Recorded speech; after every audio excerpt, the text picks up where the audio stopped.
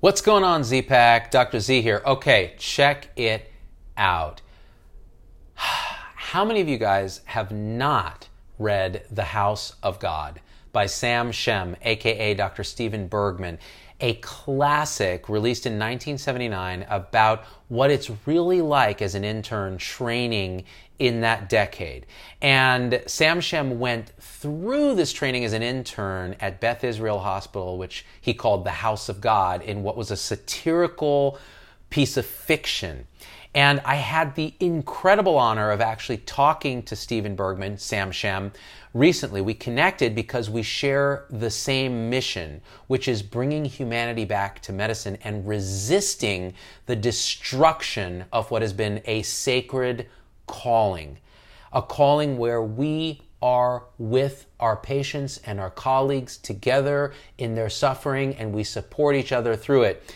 This calling, even back then, you could see it happening. And the House of God was a way of saying, look at the brutality of training. And it was a piece of fiction as resistance, as saying, you know what? We suffered through this. We're going to use humor and satire and a poignant story ultimately about loss, about suicide at the end, to fight back against the brutality and the disconnection that happens in our training. Well, it turns out now Sam Shem has turned his eyes to our current medical system, which is as destroyed and disconnected and dehumanized and brutal as anything you could possibly imagine. And we got connected and we started talking immediately. We're like, oh my gosh, oh my gosh, oh my gosh. We share this mission. And he sent me the early manuscript for his new book, which is a sequel to The House of God, called Man's Fourth Best Hospital. What does that title mean? It means Man's Best Hospital, which I assume meant MGH back in the day, has over the years, through corporatization, fallen in the US News and World Report rankings to the fourth best. And so the characters from the House of God are enlisted by the CEO of Buddies, the great corporate overlord that now runs all these academic medical centers, to bump the patient satisfaction scores and the rankings back up. But they're thwarted at every avenue by basically what is the electronic health record now. He calls it HEAL. It's really Epic or McKesson or Cerner, insert your name.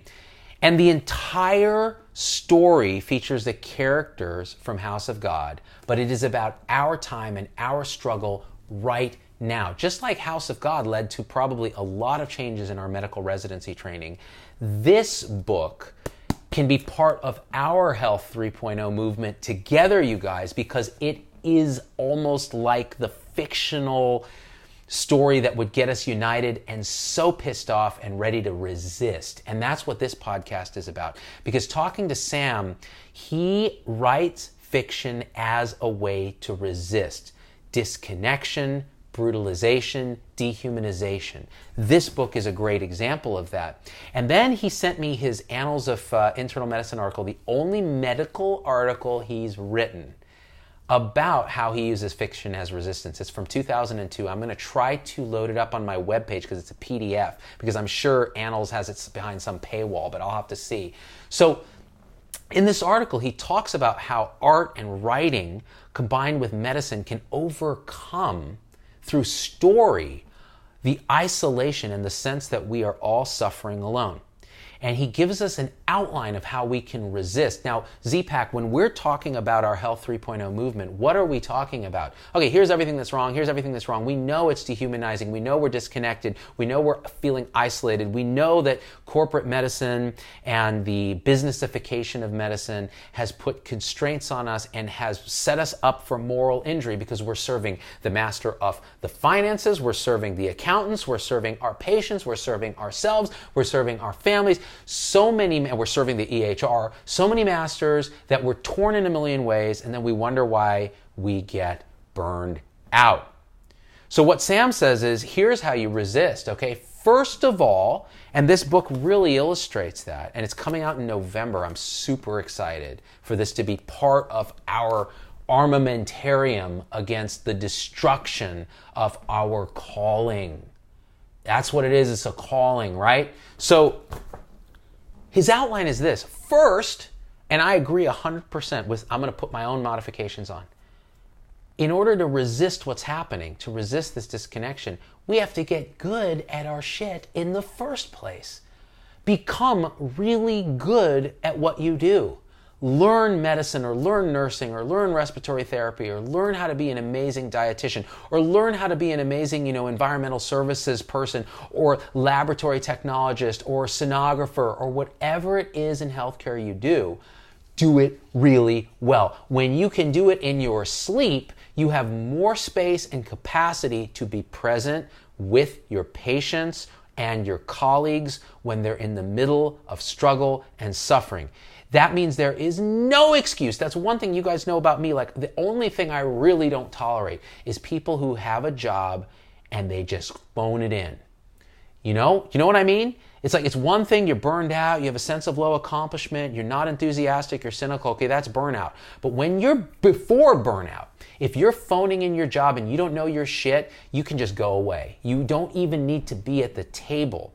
Because first of all, it's probably not your calling. It's probably something else you'd rather be doing, and you should go do that. So get good at your shit. Be passionate about it. It's your calling. Treat it like your calling, right? Don't phone it in. That's step one to resisting the destruction of our calling. The second step is to remember the dangers of isolation. This is key. This, I think, more than anything else, and Shem agrees, is the central reason why we are losing this battle against whatever they want to call it of the week. Burnout, moral injury, the commodification of human beings in the matrix of health 2.0. The reason we're losing is we've been isolated like never before. Today I posted a Forbes article by my friend Robbie Pearl, who used to run the Permanente Medical Group. And he's a physician. He's written a lot about this. You may not agree with everything he writes, but the truth is he is on point on much more than he's not. And on this piece, Robbie pretty much nailed it. He said, we've been isolated in medicine by our own culture. Instead of the old days when we used to have a medical dining lounge or a physician's lounge or a space where practitioners would come together, tell stories, exchange ideas, talk about cases, unwind, stress, communalize their suffering and pain. Together, we in a space, communalizing our pain, that meant that we could actually communalize our voice. It means that we could resist together. And when you have that space, it creates camaraderie, it creates a connection that then allows us to forge on with the other things we need to do. Now, in the intervening years, we've gotten rid of that. There aren't those, what he calls third places. That's right, Kitty. There aren't those third places anymore. There's home, there's work. Where's that third place within that where we come together, right? And in the setting now where maybe you have a lounge or a break room, what are people doing in those spaces? Take a look, all right? Take a look at the next time if you have a physician lounge. What's really going on there? People are sitting at the computers, treating the computers, charting, staff messaging each other when they're across from each other. They're sending staff messages. It's like, dude, you're right there. We've lost this connection. And in that isolation, if you think isolation is just a technical thing that doesn't have consequences, think again. It can be the beginning of a fatal disease. Depression, substance abuse, suicide. Where do you think the origins of these things are? In isolation. We are social creatures. When we have a calling that connects us within, there's purpose found within these connections, we thrive, we survive, we grow, we innovate, we come to work energized. When that connection disappears, when we're living in electronic silos, when we don't talk to our colleagues, we start to push everything into an electronic box so we can click the boxes, so we can please the bean counters, so we can get paid. And even the bean counters are off in their office somewhere figuring out how to game the system, fighting with insurance, insurance fighting with us. Pharma pushing on prices, we pushing on pharma. The patient stuck in between, us in the middle trying to document everything. That's what he talks about in here. Death by screens. And what's the fundamental reason? Money. And what does money do? It ultimately leaves us isolated because we're too busy trying to scratch out a living, trying to pay off our loans. We're not able to reconnect with our colleagues and then our patients. So isolation, overcoming isolation, is the fundamental prerequisite to resisting. That's how great movements in history have worked. You get people together and they organize, right? Nurses have unions some places. What do doctors have? Nothing. They have the AMA, which is a piece of shit. That's right, I said that. Okay, I've been afraid to talk shit about the AMA. I'm going to tell you right now. What have they done but dug us deeper into this hole?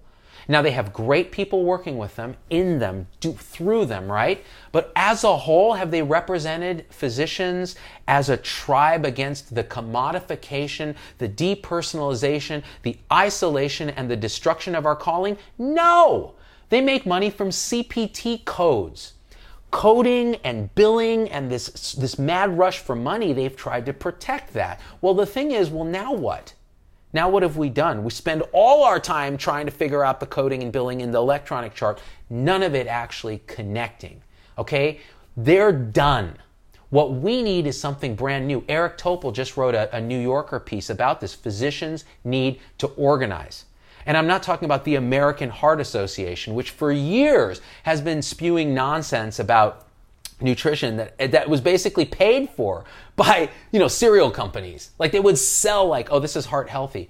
What the hell is heart healthy about Wheaties, dude? So this kind of thing should get you pissed off. These are our organizations, the American Nursing Association. What are they doing?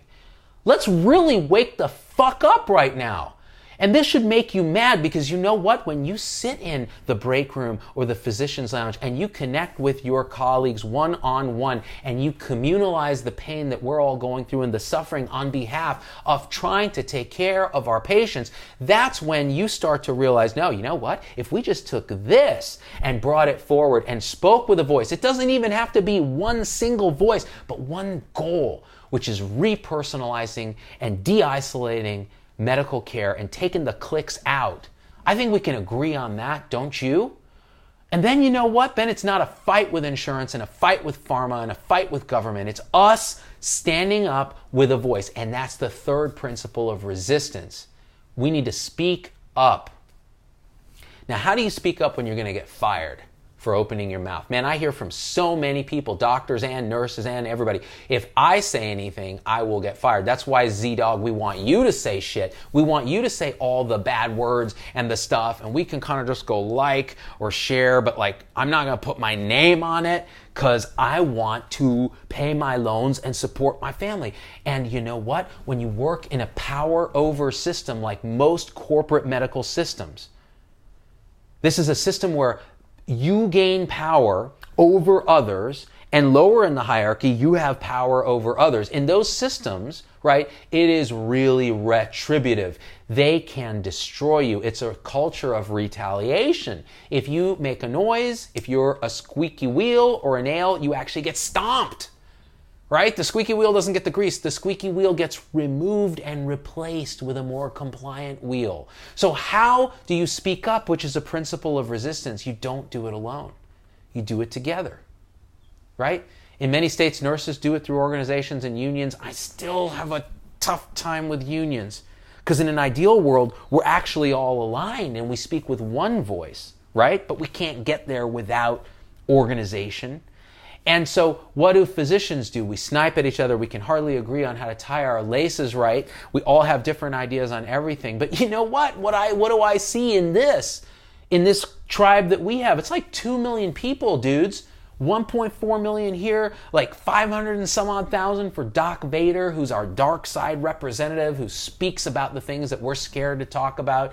Even if he's wrong, we go, you know what, that's a thing though. We should talk about that. And across social media, it's like 2 million healthcare people. That's a voice. So we can speak up together. We can be a voice together, right? And then no one can stop us. And what happens when we all stand up? No one can stop us, right? And then that last principle of resistance is there isn't an I in this. We have to lose some of this self-centeredness that drives so much of our training. Oh, you got to compete against other people. You got to make money. You're competing against these other doctors, other nurses. This nurse treated me bad. This one doesn't work out.